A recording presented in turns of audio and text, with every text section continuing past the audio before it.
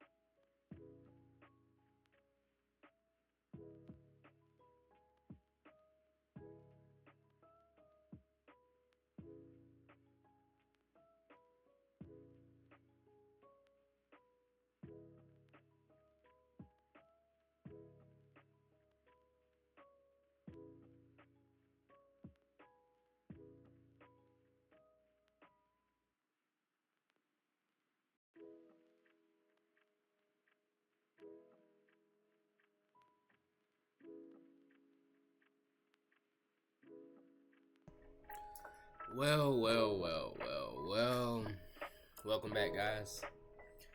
Hopefully the audio isn't doing too much. I'm trying some new things with this sound. I'm probably gonna turn this down at a certain point just to play around with some clarity of the audio. But shout out to Sushi for the beats on this episode.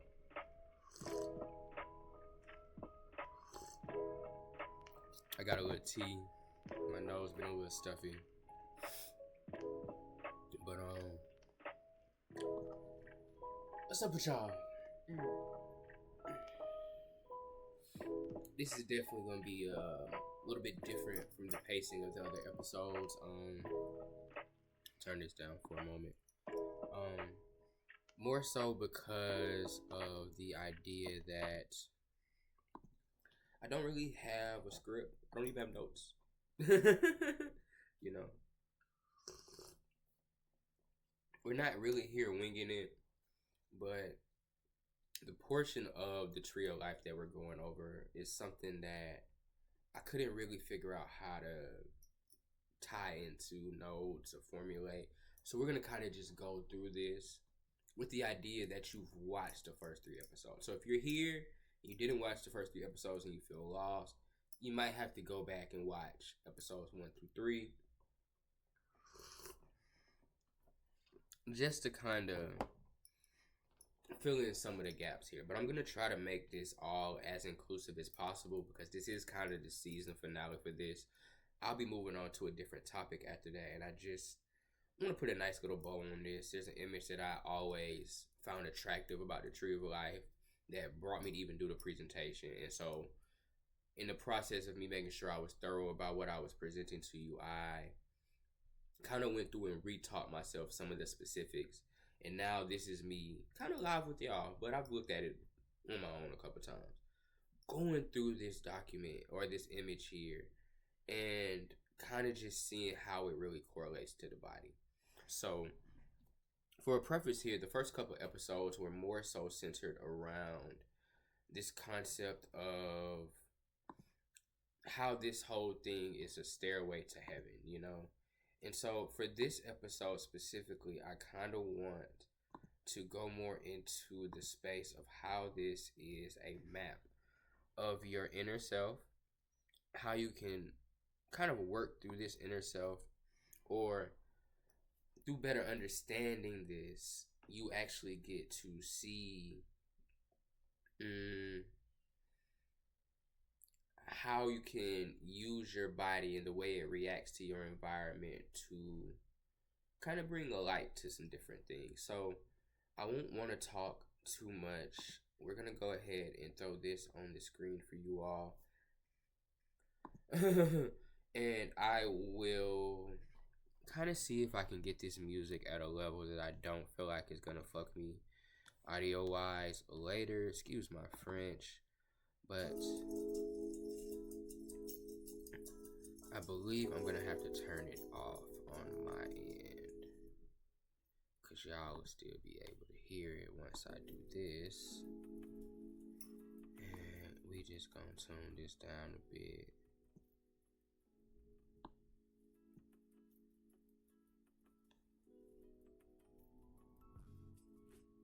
Okay. So let's kind of get into it. So, for the most part, episode 1, we went through all 10 of the Sephiroth here. And brief overview, you know, we got the crown, we have wisdom, we have understanding, we have mercy, we have, I can never seem to pronounce this word right.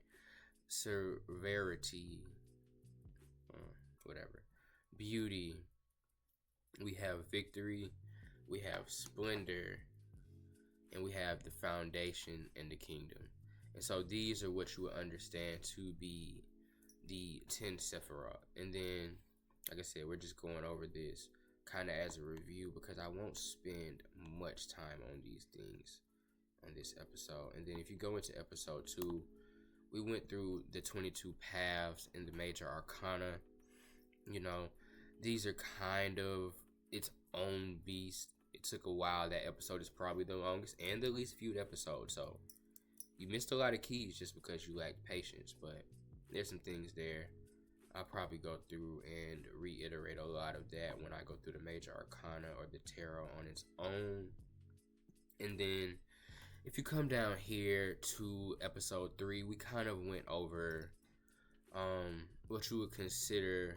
Well, we didn't start here. We started actually here with the 3 paths, which are the path of transcendence, the path of balance, and the path of contemplation, which this is just kind of correlate how you travel this tree, which is going to correlate heavily into what we're talking about today, because in reference here, we more so talked about your connection to the divinity as an external reference. But in this episode, we're going to get more into how this works internally and how these paths can be traveled through your inner self in order to better understand how you are connected physically to what else we talked about in these episodes, which is the 3 realms, and understanding how all of this fits in. So without further ado, I didn't really put much in the span of notes here. Like I said, I didn't really have this presentation presented ready type shit. So what we really getting into here is shout out to everybody that's popping in on Instagram. I'm doing a presentation on Twitch. If y'all want to hop on over to Twitch, come holler at me. You know, nothing too major. We just talking about the tree of life and the body. And so getting into this here, what I have here, I'm just going to read it because I don't even remember what I wrote because I didn't plan on using the notes, but it's here, so we're going to roll with it. The body is the microcosm to the macrocosm that is the universe. So the map that we have learned to map the heavens can be laid over the human body and show you how you are connected to those divine principles. So join me as we explore these comparisons and their importance. So first I want to get into this image because this image is something I found today, and I was like, look at Spirit and God, whoever you want to blame it on, just lining this on up for me. And so we're going to look at this first, and then we're going to get into the 2 main images that I really want to use during this presentation. Because this is kind of the simplest way for me to put this for y'all. Everything outside of this is going to kind of be a lot. And so I just want to let y'all brace yourselves and kind of look at this in the simplest way. So what we're really looking at here is this whole idea of Solomon's temple. And then this idea that Solomon's temple is actually the body. So I want to read the text here and go over a couple of small things, and then we can kind of, like I said, jump into my own interpretations and then get into the next couple of images here. So first, what we have here is the temple as body. Searching for a connection to the world outside of ourselves and beyond, we have used the human body to understand the patterns of creation from the beginning of time. Architecture has been born as an intermediary for expressing our connection to the cosmos, matching the mystery of our own bodies. to the mysteries of the universe and helping us to better understand both. And so, looking at the body as a temple, this diagram is an extension of the temple plan to the left. The numbers on the body correlate to those of the different sections of the building plan. This correspondence are similar to the Eastern chakras, but instead of energy centers, the parts of the temple relate to the parts of the body that sense are similar functions to those of the temple they refer to. And so, before we get into the middle statement, I really just want to break down what they're really trying to tell you here. So what they're really saying is that you can kind of match your chakras or your organs and how they operate in the human body to the way that these things were described to operate or function in reference to the holy temple. You see what I'm saying? And so when you get into understanding that, you understand that there's a very high possibility here that everything that we understand about the church has nothing to do with the physical building, but literally to do with your body and the sanctity of your body as a holy item or holy place. And you just get into understanding the holy place for heart. And then this is, I had to look this up. The Otora is actually the biggest blood vessel that is coming out of the heart that controls a lot of the blood. It's more specific than that, but that's the nigga version. But you see, we talk about the priestess cells and all this. These are your higher selves. So you have the priest and then you have the cells, which is quite interesting because if you understand the idea of the left and the right side of the brain, which is stuff that we've gotten into in this presentation before, and specifically the idea that their cells are operating beyond the Holy of Holies and the Ark, beyond the turban and the high priestess are your cells and the priest. And notice how the high priestess is fashioned in the center here, not the priest, who is usually who we see on the pulpit. You see me? And so it's just so many levels to how this is broken down. And then we can get into the whole East meets the West. The Indian temple plan shows how many ancient Hindu sites translated the human body into architecture to create symbolic representation of the cosmos. And so this whole idea that our bodies are temples and that we can build these temples physically, this is really heaven to earth. Like this is just literally the definition of it for those that are missing this. You know, and so there's a lot that we can get into, and I am not going to do that today. But to get into the actual document or image that I wanted to get to, it's really this, but I had to blow it out because, pause, but yeah, I just couldn't see everything. And so these are kind of the bulk of what I want to be episode 4, and it is for sure a lot. So I need to check my time, because I'm not trying to be here all night, because the 2-hour episode presentation I did for y'all, nobody watched. So we're not doing it again. We're at about 20 minutes now, getting started. Really about 15. And I'm gonna pour me a little more tea. And we're gonna get into this. I wasn't really sure quite where I wanted to get started with this one. Like I said, there's so much to cover here, and because despite me having a great open mind about this, I really want people to understand what I'm teaching here at a certain level. And so me knowing that there are people that are gonna come in and watch this one that have not watch the other 3 videos makes it a bit hard for me. So the review is for you guys. I hope you paid attention. I hope it encouraged you to stop what you were doing, to go back and to watch a couple more episodes to get a briefer understanding of what we're really talking about here. Because I'm not saying that this is complicated. It's really kind of common sense. But it requires you to know these systems already to make it make sense. So let's look at this a bit outside first before we dive in. because it's gonna take a bit to really get into it step by step. But these images, well, this image specifically is from the Occult Anatomy of Man.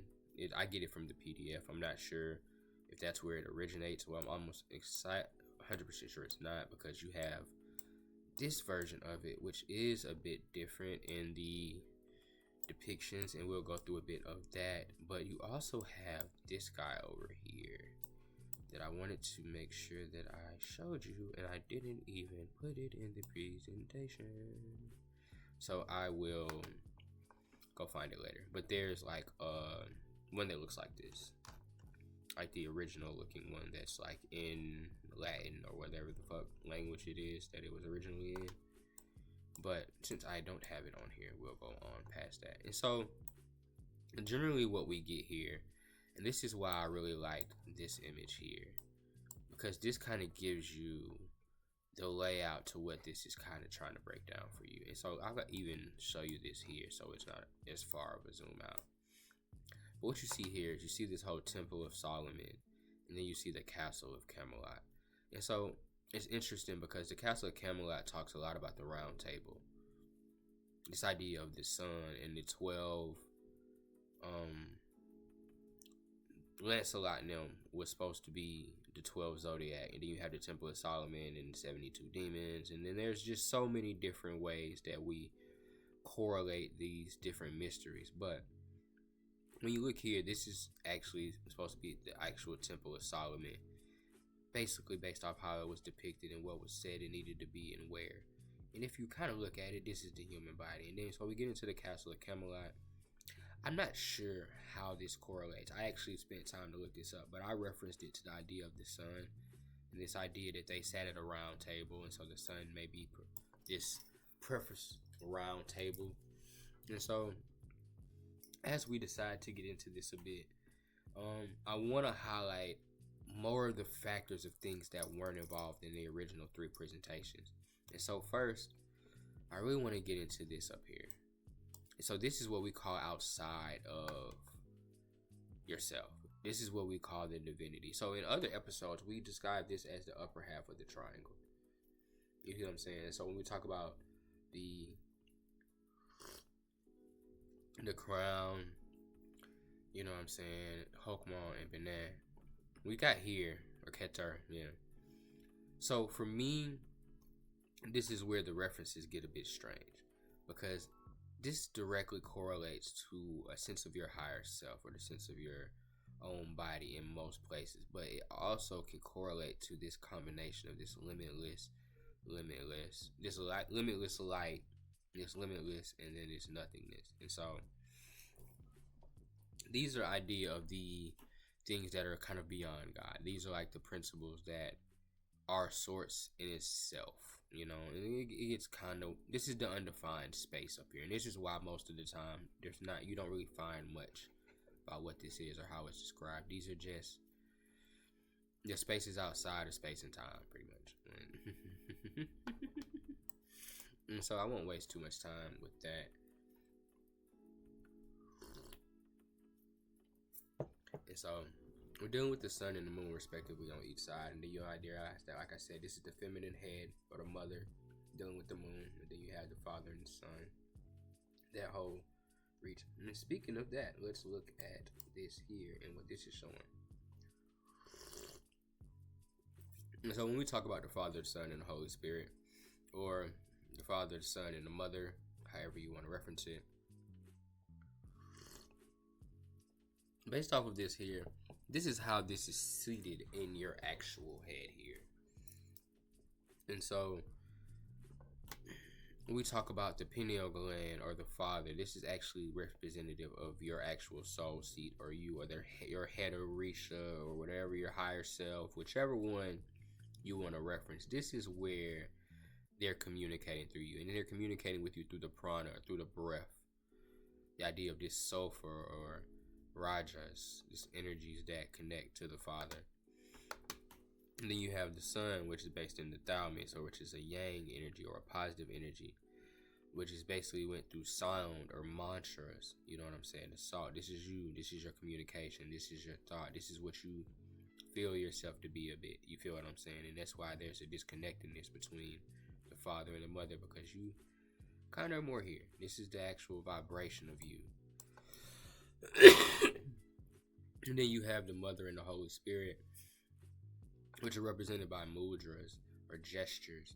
And so I think there's an interesting thing here, because there's this aspect of the Holy Spirit being connected to mudras, or like praying hands, like this whole thing here and here. And there's this idea of, in order to connect to the Holy Spirit, you have to be positioned a certain way, or energy has to be flowing through you a certain way. In order to connect to the Father, you have to be breathing a certain way. In order to be connected to the Son or your own self, you have to be speaking a certain way. And so these are just some of these deeper concepts that you get into when you take, like I said, let's correlate this to what we've been talking about before. The positive would be considered, like I said, this father energy, which is Hawkmoon, which would be the father, which is weird though, because this is the yang, which is the son in most cases. And so this is where a lot of this confusion comes in with some of these concepts. A lot of times we want to associate this idea of, I don't even like father being here, I'm not gonna lie. So like I would put spirit or source or whatever. And so I don't know if you've ever heard the parody of, I think it's German or Russian or something, but it's a philosophy or the study of psychology that says that a lot of men fall in love with their mothers first. And so there's this whole concept of source was here, source spit out, and this is where the disconnect comes, because there's a source spit out the mother first, and then the mother bore a son. You see what I'm saying? And I'm not even gonna get into that. We're gonna get out of this. I'm just gonna back out. We're gonna back out. But there's something here, and I'm gonna get into it in another presentation. But right now, we're not gonna do that right now because it's a lot. But when you zoom out a bit here, and so once again, I want to get into the correlation here, because you also see the Holy Grail here, and this is just starting at the top here and seeing this idea that literally there's this concept of something being in your mind that is related to the Holy of Holies, or the Ark of the Covenant more specifically. And if you understand that the Ark of the Covenant, it was not only guarded by cherubim, if you see the two lights, or if you see the positive and negative here, it's guarded by cherubim at the top. This is to be the mother and father, the positive and negative energy that resists within you. You have this idea that, oh wait, so I'm literally, like, you have to not miss that part of this. Like, this is you, like the Ark of the Covenant. All of these stories and things that you hear about in the Bible, the Holy Grail, all of this is reflected within your physicality. And so that's pretty much what this presentation is going to get into. And so we went through how the upper three are represented in your physical, through the pituitary gland for the mother, the Holy Spirit, the pineal gland for the father or source, and then the thalamus gland for the son. And so this would be your upper triangle here, and how these things correlate to the body. And so as you go into a bit more of this, you kind of lose track of a bit of where these things fall necessarily, because they all kind of line up more so outside of the body and are balanced in these centers here, you see. And so if you look at here, you understand that Malkuth is related to the root chakra. You could relate Yesod to the, I don't want to say this wrong and be stupid. It's not the solar plexus. It is the pelvic. I am stupid today.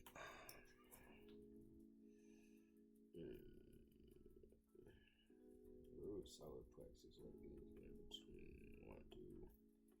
I am a dumbass right now. I cannot think of this word, and it's on here. Literally, house of power, chamber, pelvic floor, and onto a burner. What the fuck? Give me a second, cause I feel stupid.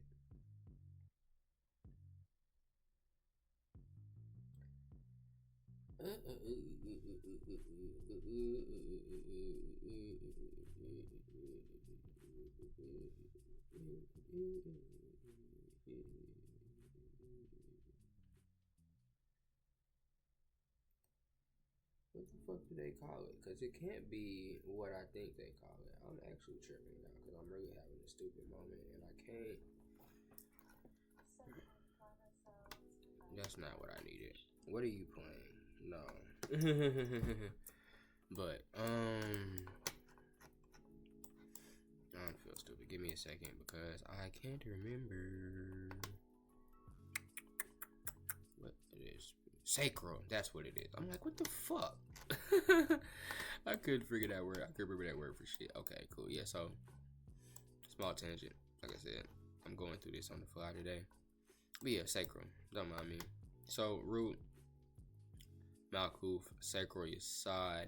You will see the balancing of these three, or kind of you understanding that hold and Netza wrote into the solar plexus and are personified or perfected through what we would see as Tiferet, because Tiferet is considered the inner sun or correlated to the heart.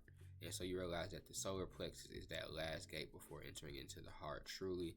And then you understand that there is the hidden chakra here that I've only seen here. So I looked this up. It's considered the lower heart, and this would correlate to what we see here as, oh my god, this nigga, as the Atora here. And I wanted to point that out because I had no idea what the fuck this was. Nobody had ever fucking pointed this out to me, but I see it here, and so, you know, whatever. And so you also realize that this is considered a holy place. So this is like where the cleansing happens. Like you can't kind of get through here. The root of bliss, more specifically, is how it's defined, or the lower heart. It's interesting because it's an 8 of petals and we're in the 8th year. But I don't know shit, so I'm gonna just keep on going. Wise man knows nothing. But here we go into the next part of it. And so you correlate Tiferet to the heart. You also get into Hesad or Gevra being these ideas of being this like undertones to truth. Like you have to get through these to get to truth. And once we understand the whole concept of that, everything under here is considered like the physical. Well, everything under here is considered the physical. Everything under here is considered the tangible unphysical, and then everything up here is considered untangible unphysical. But that's a whole other conversation from the other episodes that you would have had to remember. So that's really my problem here, because like I want to redefine some of these things, but they've already been defined in other videos, and I'm having to just remember what I've already went over. And so these will kind of correlate to this idea of, and like I said in the other videos, that's why these things are outside of the scope here. It's like all of these things have to be in balance to even activate this. You know what I'm saying? And so the activation, so bringing these into balance activates this, which allows you to travel up this pathway or walk the ladder. And so walking this ladder, technically, yes, you would still go through the root because you would start there. You would go through the sacral because you would have to balance that in order to get into Yesod. In the balancing of Yesod, you would balance these two and get into, you see what I'm saying? You progress up this ladder here. You get to Tiferet. This whole thing here is interesting. It reminds me of something.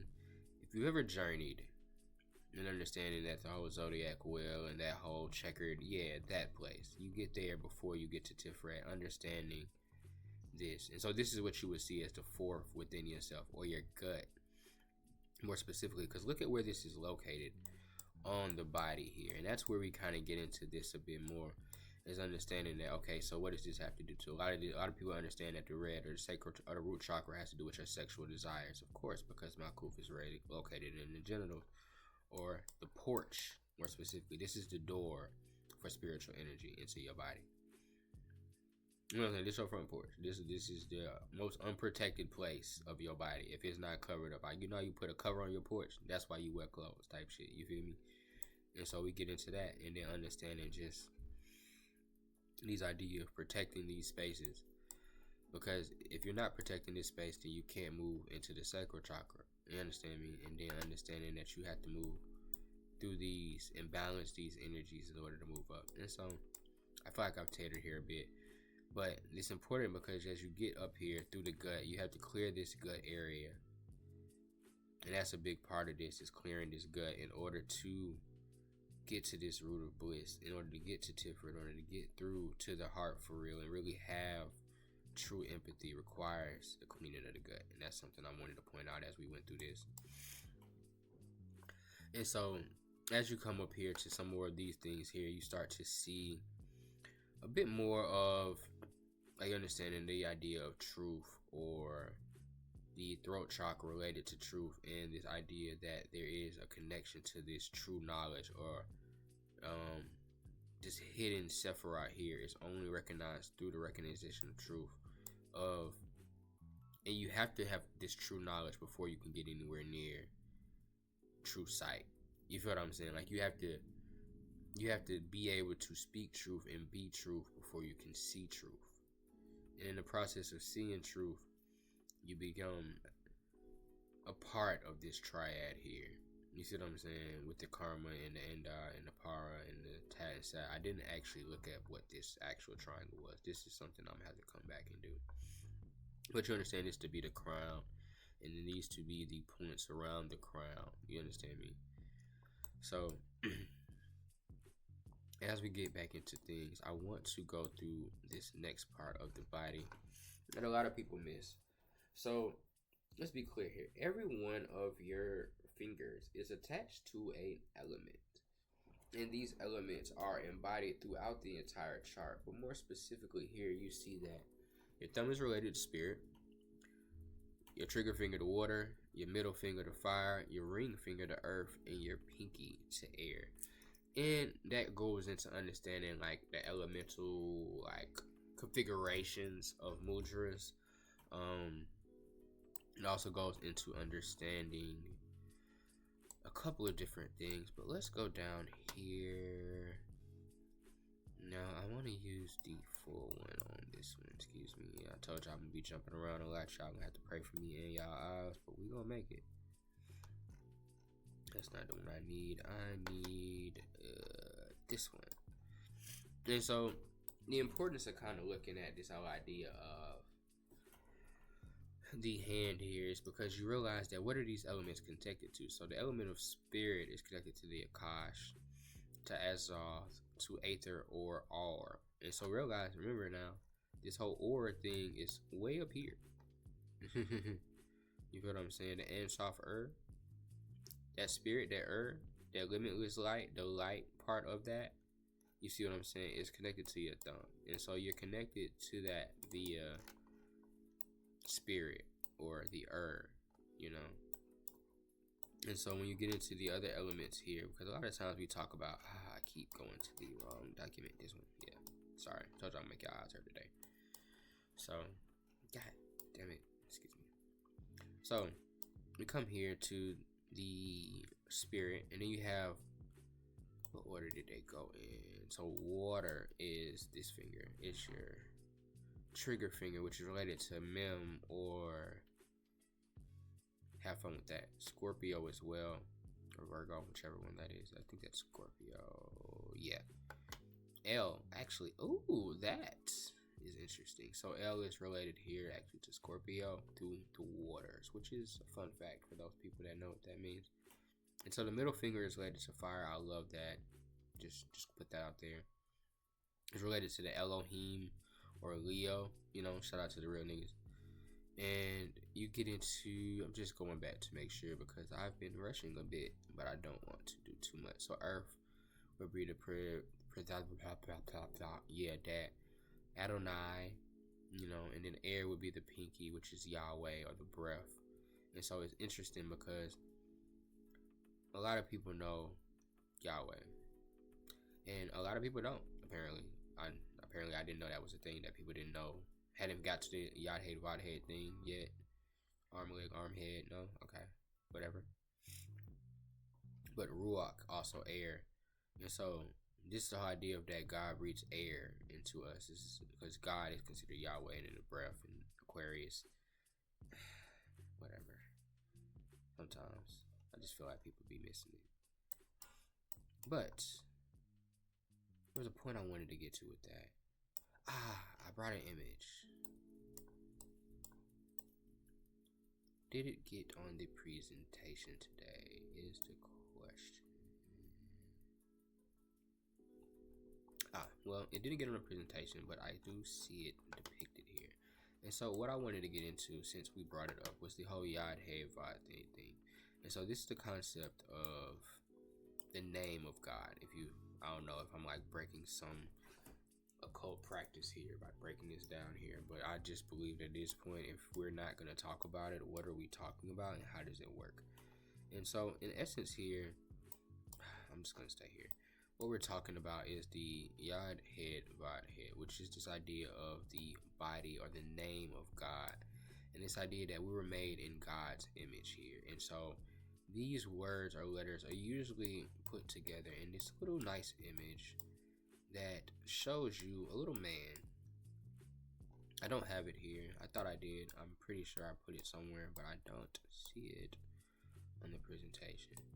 So the closest you'll get is this. But if you put this here, this is the head, this is the arms, this would be the body, and this would be the legs of the being. And so this idea that we were created in his image comes from, or is correlated often to, the Hebrew spelling for Yahweh, which is considered the holy or hidden name of God that was hidden for so long. Somebody found it. I don't know who, but they started telling, so I'm telling, and let it be that. But so this is the whole Yod He Vav He. Matter of fact, I really want to pull this up for y'all because it don't really hit the same without the image here. So I am going to, first of all, sit back, and second of all, show y'all this image because I just kind of feel like it's kind of one of the things that I felt like was important for this presentation as we're going through how all of this correlates to the body here. And so this is probably going to be horrible, but let's just see here how this looks. Okay, so what we're going to do here is we're going to take a second to be extra because I loved this image and I wish I put it in the presentation. I actually thought I took time to. But if you see here, you can see that it shows the Yod He Vav He. And so on this side, you see the Yod He Vav He. And so this is the name of God. And over here on this side, you see Keter, which is your crown, Hokmah, which is the father, Beneh, which is the mother, and you see Sephiroth number 4 through 9 are all located in the body here. And then you have Malkuth as the legs or the entrance of this head. And so what you're really looking at here is this is the tree of life correlated directly with the name of God, and it explains how these two things can be used to show how we are made in God's image. Now, if I ain't just showed y'all some shit, I don't know. And it might not be valuable to you, but to me, that was like some, wait, what the fuck you just say? But hey, like I said, I don't know shit, and a wise man knows nothing. But that, to me, hey man, just go watch the videos. I don't know, I might have skipped some shit, but you might learn some. I'm gonna finish my presentation because I'm almost an hour in, and I got stuff to do. But I had to pop in for that one. That's probably gonna be my clip for the socials of medias. And so we get into this whole concept. Now that y'all have seen that, I don't have to kind of spend as much time with that. And so the importance of what I did there so that you can correlate this back to this image. So let's be clear about what this was saying here. I want to come to a different version of the image just so we can really look at this. And so what we're looking at here is understanding that based off of this image in the name of God. So for the Yod itself, it contains Keter and Hokmah. So the idea of the head of God itself is of these two beings, which would be the source itself and the being or beings, or the Father that sits with him, or his mercy that sits with him. You see what I'm saying? Like the idea of God and his mercy sit in the head of God, which is a dope concept. But this also means that they also sit within your crown. You feel what I'm saying? That God and His mercy sit on your head. You feel me? And then so outside of that, we get into the idea that the head is Benet. So the mother, you feel what I'm saying, is this veil between these things and the lower natures of yourself, or the lower being. And so this is the idea of these all being mother and her children. You see what I'm saying? Because these beings operate in their own space. And this is the void or the mother that birthed these things. And so this idea that your spiritual self is sitting upon the crown, and then your thoughts are birthing who you are as a being, as a person, how your body operates, how it's controlled, and the cells or entities within this body are all the children of this mind, which is your mind. Don't forget that. You feel me? And so now, as we go back through the rest of this, we see that Sephiroths 4 through 9, based off of this representation of God or the body, are all represented in the body. So all of these are represented in the body.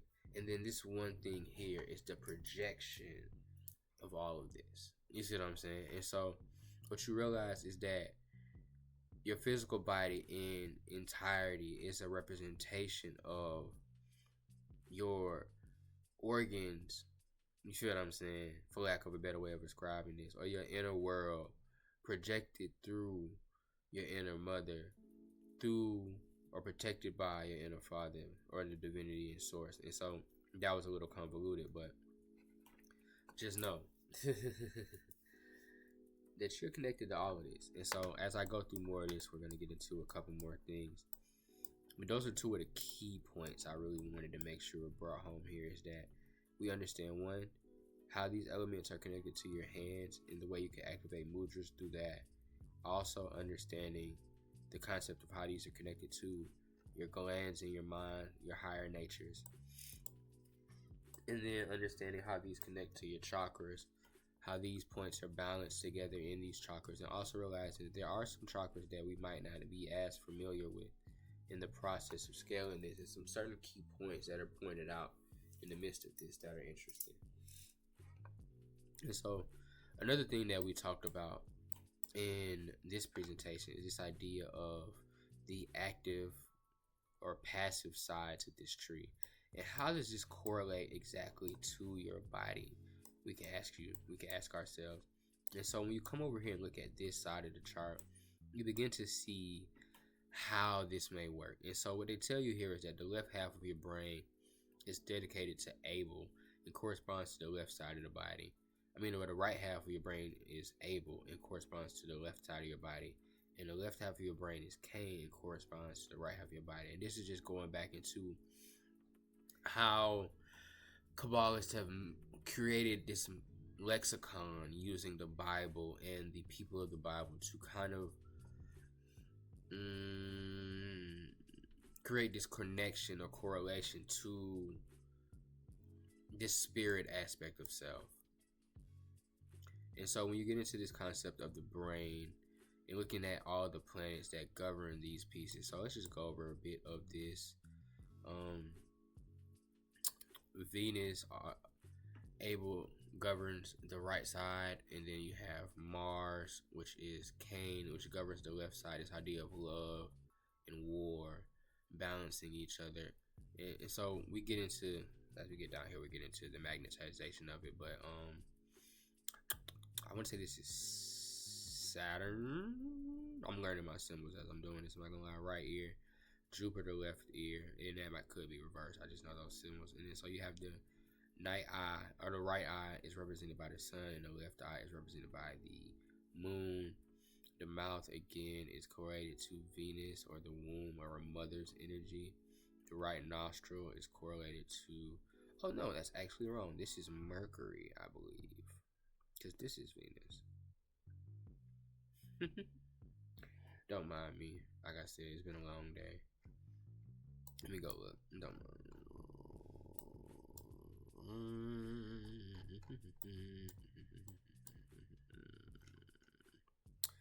It's on this one. Yeah.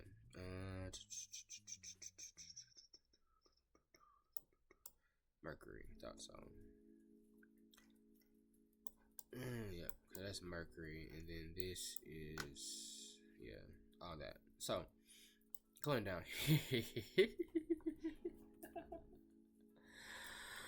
And so the main point I wanted to get into with this list, because I was thinking about going through all of this, and I was just like, bro, this is a lot. And so the general concept here is just understanding that all of these are correlated to these planets. But there's also this idea of the magnetization or the electromagnetic sense. So your body is electromagnet in principle. And so what you see here is this idea that certain aspects of your body are electric and certain aspects of your body are magnet. And this is the masculine and feminine side of self. And as you kind of get into that, what's happening with you? I'm on Twitch. My bad. I ain't really been paying the goddamn IG live enough attention. It's been folks in and out this bitch. I just been running my mouth and shit. But, you know, just going through this shit on here on Twitch. Tap in with me on Twitch if you want to see the presentation. I just put it on Instagram so folks are goddamn type shit. Speaking of which, while I'm looking at that, I'm sorry, I know I just cut my entire frame of thought, but I wanted to check the chat on Twitch and see if anybody was watching live. I actually cannot get to that now that I think about it. Let's pop this over. Sorry, y'all. I gotta check the actual stream and see. I think R2.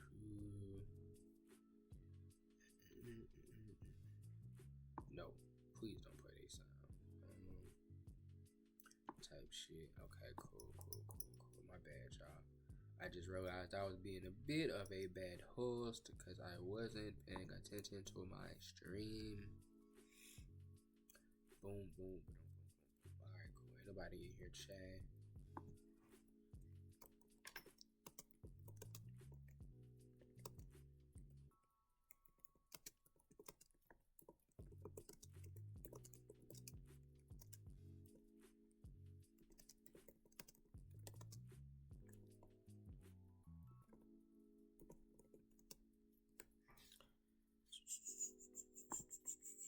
Yeah, okay, cool. Boom. Okay, I'll come back and check that in a second. And so, as we kind of go through this next step of things, so you're looking at the idea, like I said earlier, is that this idea that your body is an electromagnetic vehicle or vessel. And so a lot of people miss this idea that, yeah, you are kind of technology. And so you have an electro and a magnetic side, and the balancing of those two masculine and feminine sides creates the right charge for your body. It allows you to operate the way you were meant to operate. And so when you look at this, you realize that your face is electric and the back of your head is magnetic. Whereas the right side of your head is magnetic and the left side of your face is electric. And the interior of your body is electric. And so what you realize is this is the whole idea of you see all these images of the cherubim and these different creatures that have like multiple faces. So on north, east, south, and west of your body, there is a different face or energy that is correlated to that thing. And so as you get into understanding certain levels of shamanic practices, it's what you get with the medicine wheel, or understanding your different orisha and the different energies that are related to your crown and the balancing of that crown, and understanding the whole reference of why heavy is the head that wears the crown, because you must understand and correlate all of these energies that are the multitude of yourself into one thing. And so the front and back of the eyes are neutral, as in the left and right side of the body is electric. The interior is magnetic. And the ears, front and back, are neutral. I think that's interesting. The right and left side is a magnet. The left side is electric. The interior is neutral. And so as you kind of go through this, I'm not going to really just sit here and read all of this out. But in general concept here, what you're seeing here is that the body is literally designed to balance itself out. Like there are parts of it that are neutral, that are electric, that are magnetic, that are correlated in a way to set you up to win, for lack of a better term. And so we get into even the specifics here of the difference between male and female organs, and how the front of the male is electric, the bottom of the male is neutral, the right and left sides are neutral, and the interior is magnetic. Whereas the front of the female is electric, the bottom is neutral, The right and left sides are also neutral, but the interior is electric. And you see how these counterbalance each other to create what we understand is the necessary environment for creation. And so as you just look at all of these things here, you realize that there is a lot that goes into the balance of yourself. And even as you come out here, you see this idea that these negative and positive things. So let's get into this. This is another point that I wanted to kind of clarify, because in the first two videos I hadn't looked into it, and now I have a better understanding of it. So let's use this here as a reference for what I kind of want to break down here. And so when you see these two winding snakes that are winding up here, this idea of this holier being that is established by getting to this point that these two can't seem to get to. When we get into that, we get into this idea of the Pingala Nadi and the Ida Nadi. And so what are the Nadis? According to Hindu lectures and texts, the Nadis are these spiritual channels, kind of like when we talk about the idea of chi and the nodes of different chi points that are in the human body. These Nadis would be the lines that connect these chi points. And so I'm mixing cultures here, so forgive me if I lose you. But that's how this makes sense to me. And so we understand the Ida to be the negative or the feminine channel here, which starts on the bottom of the, let me get my life together, left side of the body and ends at the top of the right. And then you have the Pingala, which would be considered the masculine energy flow, which starts at the bottom of this side, of the other side of the body. And you see what I'm saying? And so this is where we get these idea of the snakes. And so I like, and this is why I took this image here, because I like how this is depicted much more in this version of the image here. And so what we see here is this idea of these two opposing snakes. This is the yin and yang essence put through the entire body. And these two snakes are representative of the two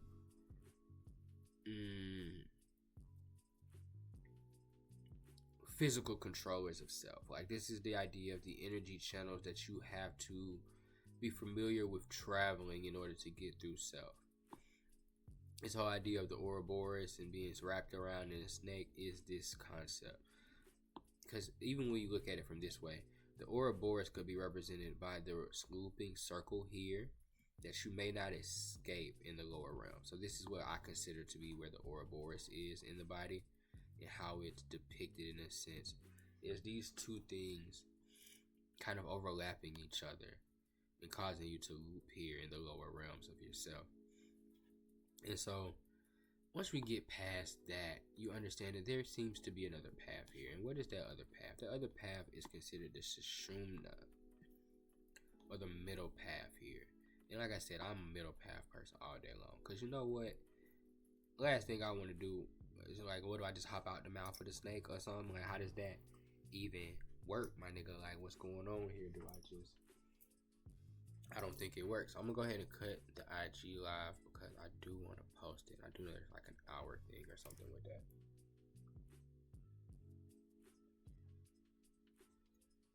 We're going to let that sit for a second while I finish on up here. So, like I said, the middle path would be the Sushumna. And I'm going to get into the pillars and all that because I want to break down the next post. But I want to bring this home. So the Sushumna here is this idea of the middle path. And so this would be the path here that looks like more where I want to be. Because I like the fact that this is depicted in gold. These snakes are always black. Don't get me wrong. I love darkness. Nothing wrong with it. Cool. I understand. But, bro, like, look at this. You see what I'm saying? And so this also gives you the connection to these higher realms. And I like this image because it does a good job of just depicting some of these concepts that get lost in all of the other mess in these other ones. Now granted, there's a lot that is lost in this one as well, but I want to go through these pillars here. So these pillars are depicted over here just so we don't seem like I'm losing anything. This idea of the pillar form, pillar of I'm still going to go through how they're explained here. But I like how they're depicted here because here they kind of make it seem like it's just at the bottom. And even here, when you look at it in this artwork here, we see them depicted as the legs specifically, the left and right legs, or the positive and negative charge of the body and how it roots to the altar.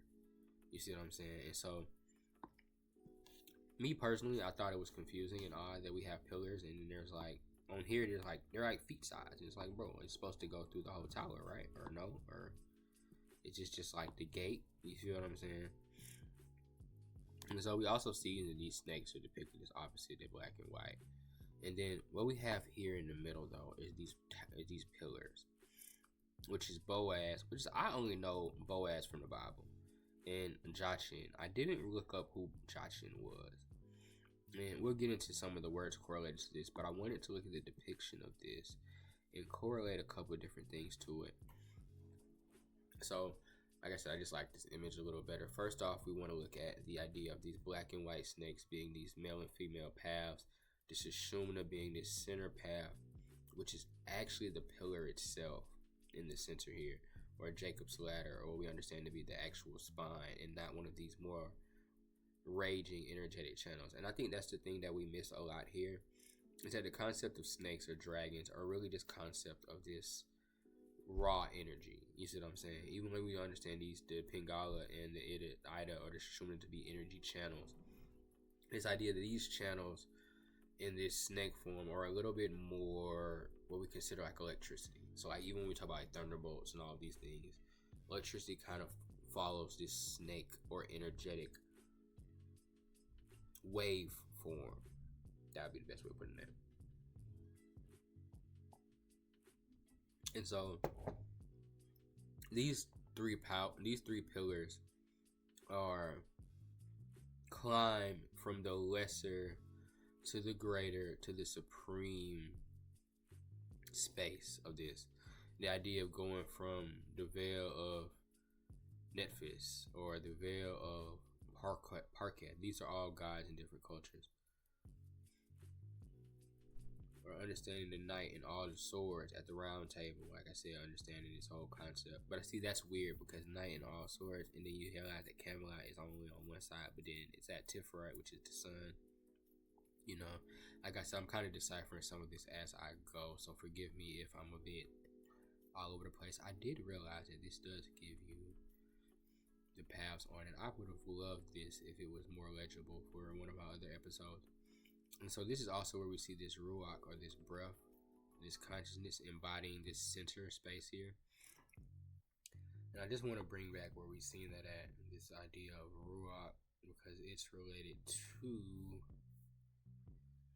this idea of the breath or the lungs or air.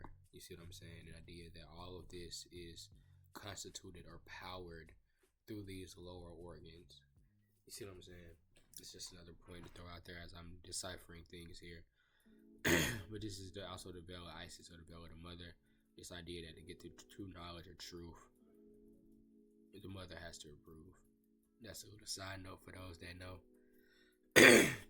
But alright, so let me go ahead and get ready to touch a couple more key points, because I am over my hour. I'm about tired, and so I just want to really get into these towers and a couple of these outside things, just to show you a bit more about what all is broken down here. And because we've already kind of covered most of the body, like we could get into the placement of the zodiac and things here, but that more so correlates to a lot of other things. Like, I don't necessarily know if I agree with the placement of the zodiac in the body here, and that's why I didn't want to get into it much. If we do look here, though, we can look at this idea of this path through all of this. So this gives you the chakras and their correlating points. So we get an idea of the Marata, or the root chakra, being correlated to the anus. That's interesting. The pubic bone related to the solar chakra, the navel related to the solar plexus. Oh no, this is actually something different. How many of these? 1, 2, 3, 4, 5, 6, 7, 8, 9. Oh, this is a 9 chakra system, and so you remove. Why would they have a heart over? Because I guess you wouldn't consider. That's considered hidden. That's considered the hidden. The nape of the neck, yeah. And then the pituitary gland, pituitary gland. Throat would be the Vishana, the Kanda, and that's interesting. Yeah. So this is pretty much just the chakra. They just added in the I want to say this is an add-on, the navel and the nape here. I've never actually seen this one, so I'm gonna go through that one myself. But and so here we kind of go through the organs that are related to this, and that's why this is so interesting, because the sacrum, the perineum, the lumbar plexus, or the sagittal plane, the spine, the navel, left lung, right lung, heart, throat, neck, frontal plane, and the corneal plane. And so we're just seeing the different ways that they're mapping this. And fundamental chakras, minor chakras. The other 4 of this fundamental chakras are making. Oh, okay. So these are this one 1, 2, 3, and then these 1, 2, 3, 4. Okay, that's interesting. Okay, that makes this make a little more sense, but not really. So what I really came over here to do is to look at these. So we're looking at the pillar form, the pillar of force, and the middle pillar, which is also how we cover in the paths idea here. And so this is where this is displayed here. And so, but these pillars or these paths are outside of, or not really explained with these actual pillars themselves that are represented by these, which I did explain in the past interview episode. So I guess I don't have to go into that as much. Like I said, at this point, I'm just trying to be thorough here. And so let's go over this while down here, since I didn't get into anything else over here. We already went through the Father, the Son, and the Holy Spirit. See how even they have the Son here represented? It's a whole thing. I'm not going to get into that right now. I actually want to break that down in another episode, so I'm not going to do it now. But let's get into the, you know what? I'm going to wait on that one because that correlates to the extra credit. What else do I need to cover on here? Don't mind me, y'all. I'm just trying to make sure that I didn't miss anything. We covered the Yod Head, Vod Head idea here. Divine World, Archangel Emanation. Degree 33. Ooh, I like that. That's interesting. Okay, this is where the whole 33 Illumination, Archangels. And so idea of, I'm not going to tell their business. But if you know, you know. That ain't got nothing to do with me today. I'm not even out here trying to start that type of smoke on my first couple episodes. Y'all figure that out when y'all figure it out. But, you know, I'm just learning as I'm going. And so you get into the divine world of archetypal emanations. The archangelic world of creation is considered the top shoulder. So we would talk about where the archangels, it would be in this Yod Head Hod. That is considered the shoulders of this thing. Also why we get this idea of angels or water. And as we described earlier, these top 2 chakras, not 2 top chakras, but these top 2,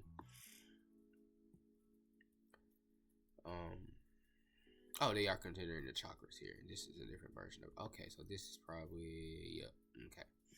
So these are, okay, let's see here. Yeah, this is considering the, okay, so let's actually get into this. I'm going to take a breath for a second, and I want to go through this, and that will probably be the end of the episode, besides the extra credit that I have. What time are we at? Yeah, get about 30 minutes.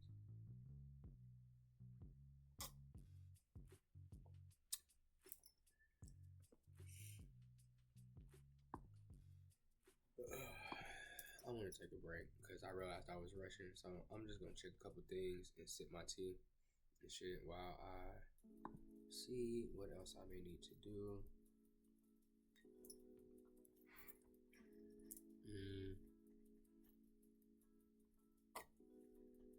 Okay, everything seems to be running good.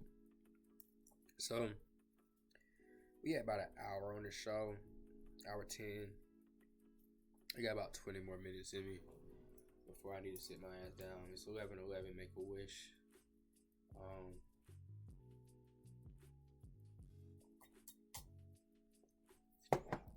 My motto is 11 in, 11 out. That's a gateway for the day. So we're gonna go ahead and knock out this last bit. Appreciate y'all for coming out. Make sure y'all come watch the YouTube video. If you are watching this on YouTube, like and subscribe. And you know, like I said, we just getting shit going for real. And this is season 1, episode 4, finale type shit. I ain't do nothing too crazy, no special. I just kind of decided to come on here and be myself today. You know, transparency is the best. Authenticity is the best. So continue to support what I got going on, and I'm gonna go ahead and finish this presentation here. Okay. Alright, so when we look at this side here, getting into this whole Adam Kadmon symbol, I know you keep seeing this idea of spirit or the sun related to this. This is the idea of the primordial Adam, the first primordial man, the above, the collective soul, divine light. And so there's this idea that the atom, or the original atom, or the light that comes from atoms, it's more so what we're talking about when we talk about Adam and Eve. And a lot of times people miss that. Also, I want to point out, like I said here before, that there are 2 cherubim guarding the Holy Grail, represented by your left and right brain. This is better depicted here in this image. Okay. And as we go down this chart here, let's get into the correlations that relate to the chakras here. A couple of different things that they have. I'm going to wrap up this Yod-Heh, Vaad-Heh related to all of these. The 4 elements, the mystic serpentine, order of chakras, 3 philosophical principles of alchemy.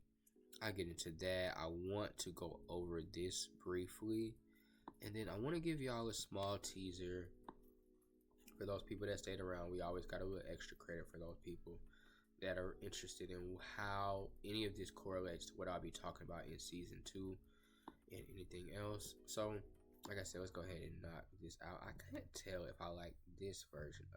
That's why I'm so confused, because I'm looking at this version of it, and this version doesn't do nearly as much on this side, and this version does more on this side. So we're going to break down the 2 sides of this, more specifically looking at the Temple of Solomon breakdown and the Castle of Camelot breakdown, respectively.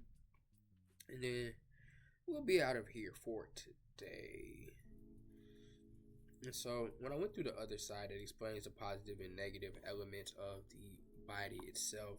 Here we more so see the geometry or the occult symbolism, and understanding that Solomon and his temple and his wars with demons kind of led to the founding of what we understand to be angelic symbolism.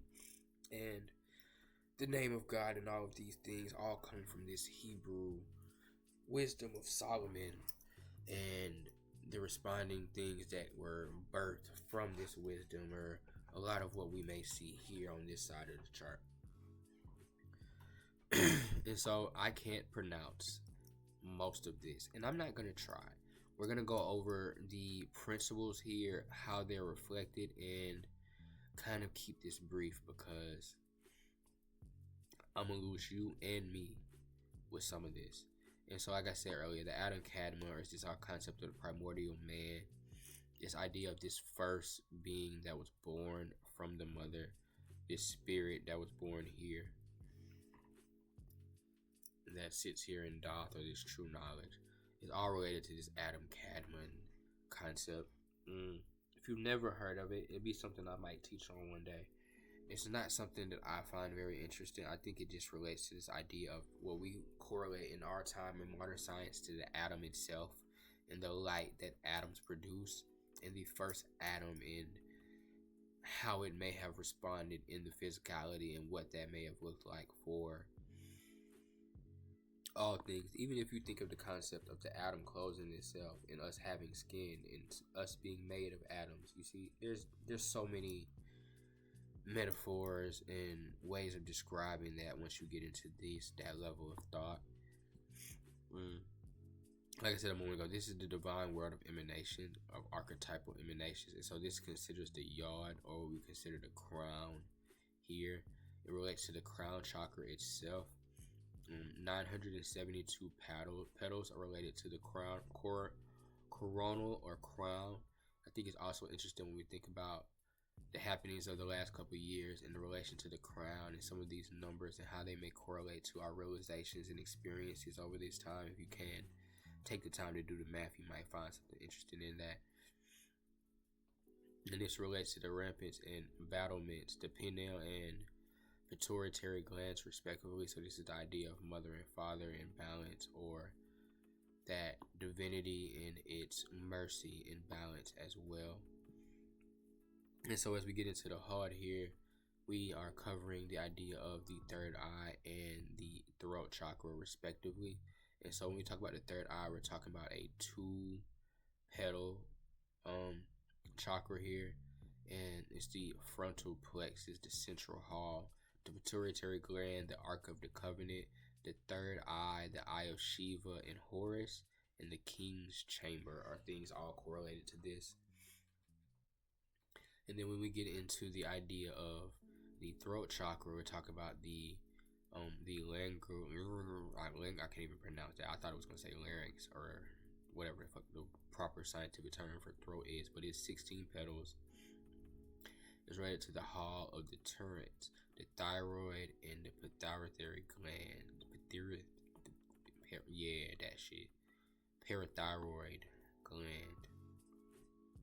And so when we get into right here, this is the Lalana chakra, the one I said earlier. I didn't know what it was. It's the Kala chakra, 12 petals at the root of the nape of the neck, which is considered the kind of the spiritual control. And if you crack the back of your neck, you're pretty much dead spiritually. So I've also heard that in the process of Kundalini awakenings, if the body is not properly balanced, that this chakra can be permanently damaged or snapped in half in rushed Kundalini experiences, which causes the loss of one's connection to spirit and the distortion of oneself. So be very careful when you attempt to climb this ladder, because there are guards and checkpoints to make sure that you aren't cheating your way up the ladder. And that's interesting because it says in Gevra is the Hall of Justice. You understand me? And so the Hall of Justice here before then, even if you try to skip the Hall of Justice, you'll be checked here. And these are just me giving my warnings as I teach this level of occult knowledge. I have to put a couple of, hey, don't rush this out here, because some people are just idiots. And so we get into this idea of Ruach being here. Like I said, Ruach earlier is the idea of the spirit. And this idea of Yahweh is also connected to this, which is also connected to the heart here, or the 4th, 5th, and 6th chakras respectively. It is considered the heart or the cardiac 12 petals, the chapel of the rose cross, the altar of incense. In Tiferet is the sun, and Gevra is the presence of the table of the shewbread, and in Hesed is the 7-branched candelabrum. And so what you will see here is this idea that the table is represented in Gevra. Alright, the Tiferet is in the sun, so we already know. Okay, so Tiferet is the sun connected to the heart. And Gevra is the presence of the table of the shewbread. Where is Gevra? Why do I not see it on my screen right now?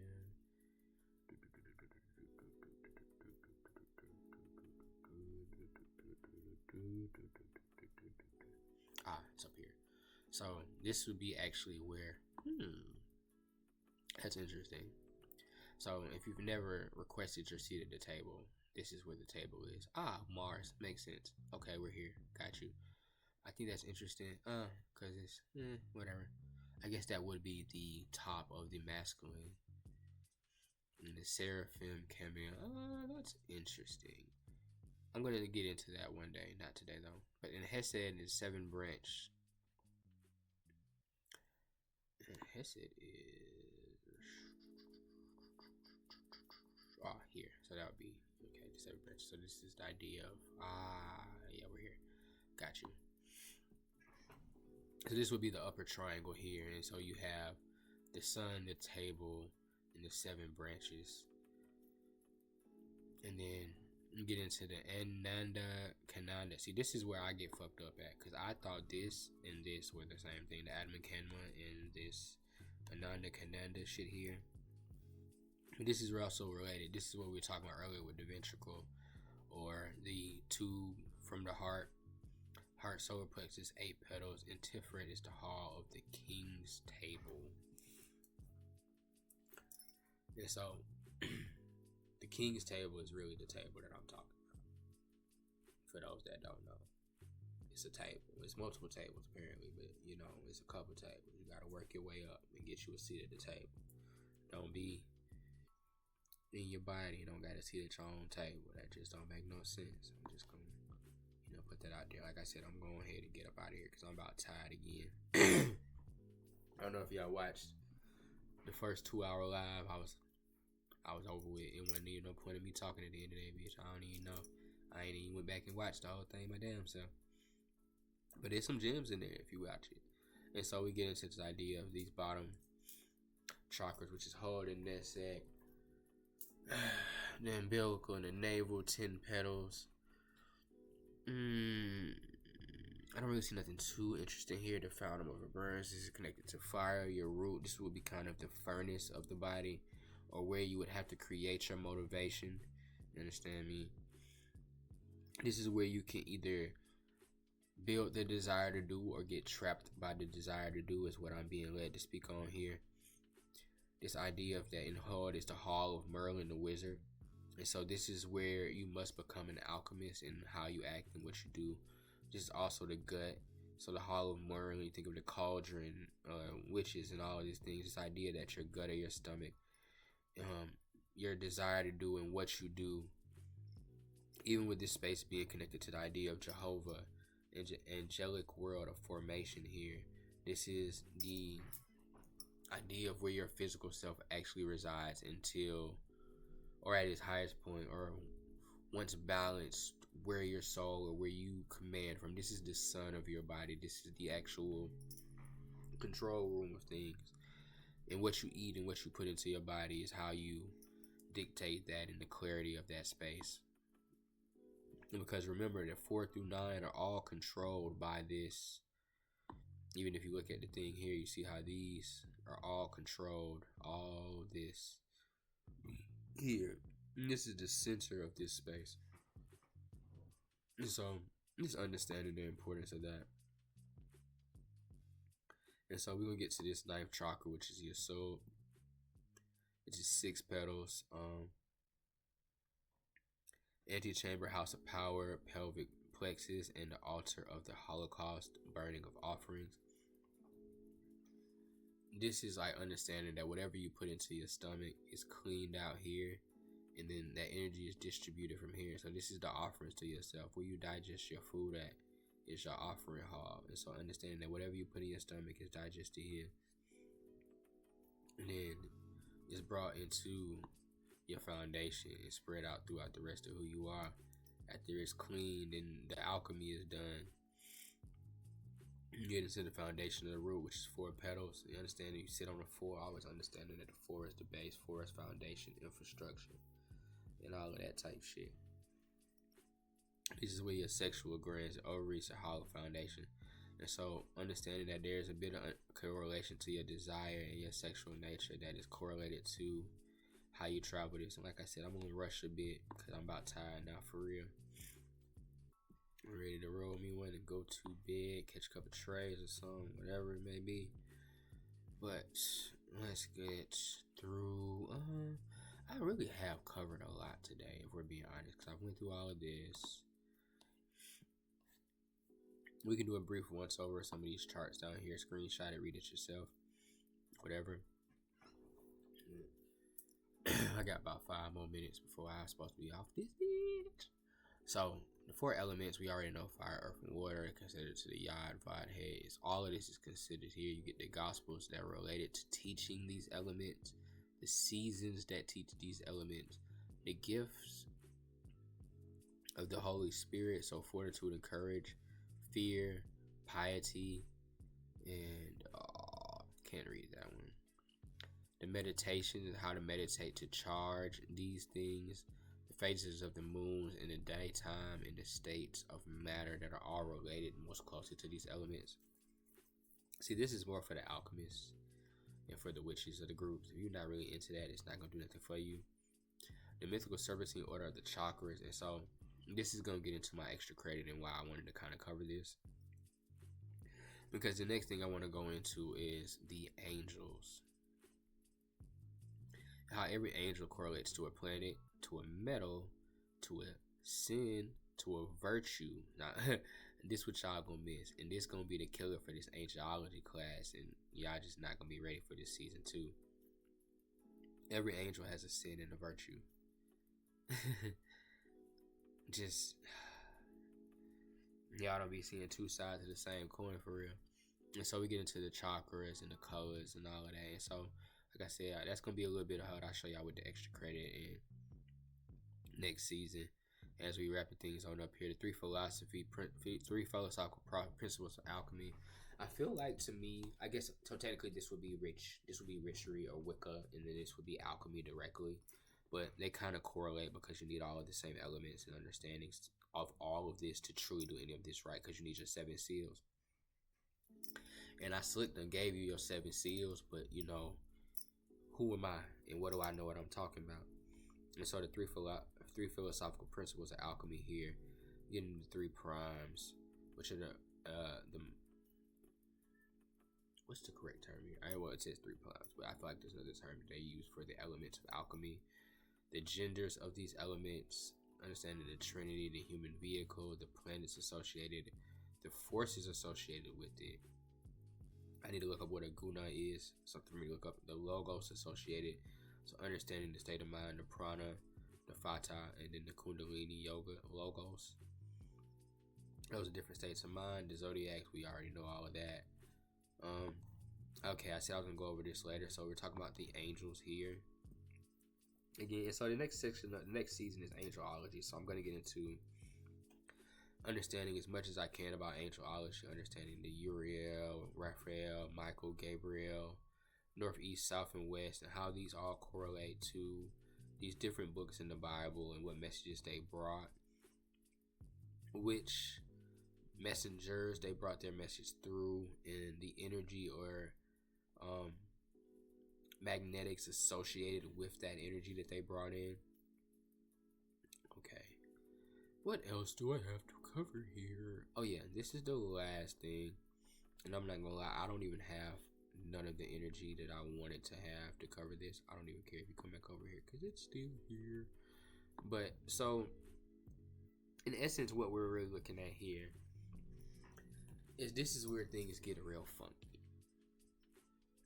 So this is everything that we've looked at without the body, without the tree, just with the energetic lines and some notes. So I want to go through a bit of this, and if anybody ever wants to sit and talk through this, I would love it, but I just don't feel like I can really just break this down and truly comprehend it without a reference point outside of self. But I do understand it and at face value. So what we see here is that your head, your heart, your throat, your base of your spine, and your genital organs. So pretty much we're getting the Yod-He, Vad-He here broken down into these different things and the channels at which they go up. And so you realize that the physical plane here, this is where your body physically exists at. Some of these things exist beyond that. Like you see that the head and the heart exist here in the plane of emotions or the astral permanence. And so this is the existence of how your physicality really works. So in essence, your physical body can only stay in this plane of physicality, in the physical plane, cosmic dense subplane. This is where you exist at physically. Your emotional plane, your emotional body exists at this level here. which is as high as your heart and head could go. This will be considered that whole Tiferet soul seat thing. And then there's this concept of you being able to get just enough of yourself up here, which would be the plane of the ego, the solar angel, and the plane of the lower mind. And so this is where your mind kind of most people sit, and this is where ideally you would want to be. So being in this mind would allow you to be in the mental plane, Masonic, cosmic gases, subplane, permanent, the egoic lotus, the soul, the casual body. This would be your actual self outside of this 3D matrix. You see how it's above the line of the 5? This would be your true self in the 5D existence in the plane, which, mind you, truthfully is outside of the physical plane in all understanding of the sense. And so as we get up here, we get into understanding the force cosmic ether, the Buddhic planes, the intuitional planes, the Buddhic permanence, place of at one mid, the Holy Spirit, Brahma, substance. All this here is just all the spiritual woo shit that you've heard about all your life. All the gods and demons and angels kind of exist in this space and are balanced in this pure energetic field that is up here. And because of how I'm feeling, I'm going to leave that there. And we're going to go into a sneak peek for season 2. And I'm going to let y'all go ahead about y'all night, because I'm tired, you tired. And I don't even know if anybody in this bitch listening to me. So we're going to go ahead through here. And so what we're looking at here is, like I said, the next season I want to get into angelology. So let's just go through a couple of these images here. And so what we're really looking at here is this idea that all of these spaces are commandeered or controlled by angels. And these angels have workers and planets associated with them. And so in season 2, I just kind of want to get into some angelology. I want to break down some of the sigils related to these angels, the ranks of these angels and how they communicate. And then I'm going to use the first episode to explain the ranks here and kind of segment between this into the next thing. And then I want to get more into sigils and angel magic and a principle and its concepts, because I feel like it's crazy that we talk about demons and we don't understand angels. And so just looking at a couple of these things, like you say, you just see here, there's Metatron, all these different angels that are correlated to the actual thing. But this here was crazy to me, is because it's like, okay, so each one of these angels have their own realms inside of a realm, and they have people that they have kind of dictated to be the runner of these realms and the things that you have to understand. So there's this concept of getting into the inner workings of these realms and understanding the entities associated with it and all of this such. And so it's a whole lot to get into here. Like I said, I'm about tired now. So we can look at this last image here and put a nice little bow on this. And so pretty much what we're looking at here is this is the whole Yod-Head, Vod-Head thing. And this is the idea that there's the 4 worlds here. And as you travel through these 4 worlds, you travel through these. And so you don't technically get to the realm of the angels until this. And so this explains what we were breaking down earlier in the episode when we got into the Yod-Head, Vod-Head situation here. Is that technically, I'm just going to get it to where it needs to go, and I'm not going to touch it, and I'm going to explain this, and I'm going to sleep. Okay, guys? Okay. So the concept here is that this is controlled by Malkuth, which is just the first realm or the first world here. And then this is controlled by your organs or the organelles of your inner realm. And this is the 4th through the 9th of this tree here, the bigger tree of life, the universal tree of life. And then here what you would have is the upper realms, which is where all the angels lie. And so what's interesting about this is we have this concept of, Soundinphone, which is the brother of Metatron, which is the brother of Enoch, which is interesting. But so you would see this idea that Malkuth, the mighty one of God, God is my strength, he was like Godship. And so you start seeing how these things are the angels in the upper realms of yourself. And then at the top you would have source itself, which is just in the realm by itself. And so there's this concept of the heavenly guard, or the throne of God, and the host of angels, or the heavenly host of angels that sit at your shoulder. And that to me is a great place to stop. Cause just understand that you are truly divine.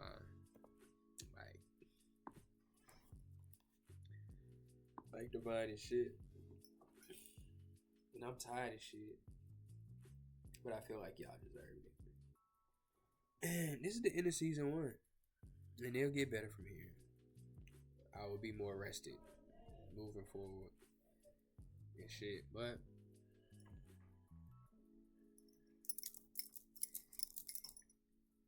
all that good shit. Appreciate y'all for coming to Against the Narrative. Like I said, like and subscribe if you made it this far.